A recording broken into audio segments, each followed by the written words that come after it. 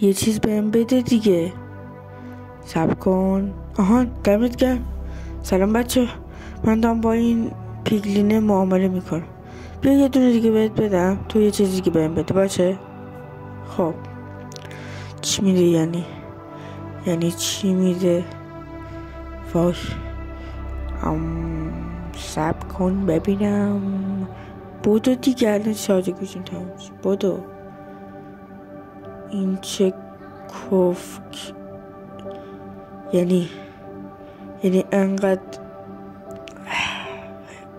خواستم بکشمت. حالا این یه دونه دیگه، یه کوچولو. Few moments later.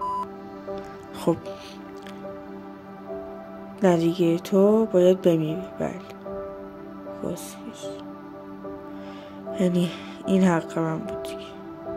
غلط کردم بابا، غلط کردم. من دیگه عمرم با معامله